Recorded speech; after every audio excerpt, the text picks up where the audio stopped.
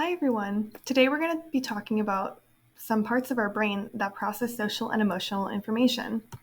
The temporo-parietal junction, or the TPJ, plays a role in mentalizing, which is the process of understanding other people's thoughts and beliefs.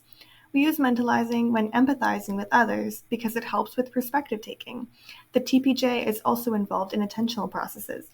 An example of when your TPJ might be activated is when you're looking at your mom and trying to figure out how she's feeling. Another region of the brain that helps in our empathy is the medial prefrontal cortex, or the mPFC. This region of the brain helps to process social and emotional information. It's involved in self-reflection, and it is a key region for understanding ourselves and others.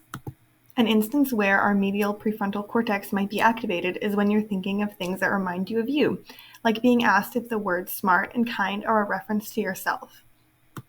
The amygdala is part of our limbic system, which plays a role in regulating emotion, memory, and has many other functions. The amygdala itself responds to salient, that is, important, things in our environment, like faces and emotional information. For example, the amygdala tends to be active in response to facial expressions of emotion, like a friend's angry face.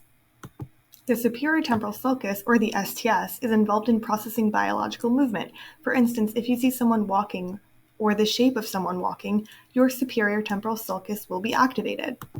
The STS is also implicated in understanding social information, like understanding others' actions and mental states. It also plays a role in auditory and eye gaze processing. There are so many interesting functions to the STS. The insula is said to be involved in the embodiment of emotions, that is, the detection of heartbeat, breathing, and the bodily feelings in general. For instance, it has a role in our empathetic response to another person's pain or pleasure. It would probably activate when seeing a loved one in pain. As we can see, there are many regions of the brain implicated in our processing of social and emotional information. The ones mentioned in this video are just a few.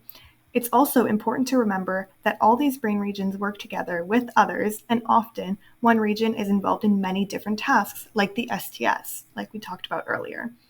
Each brain region acts as a puzzle piece, and all of them are necessary for us to get the complete picture.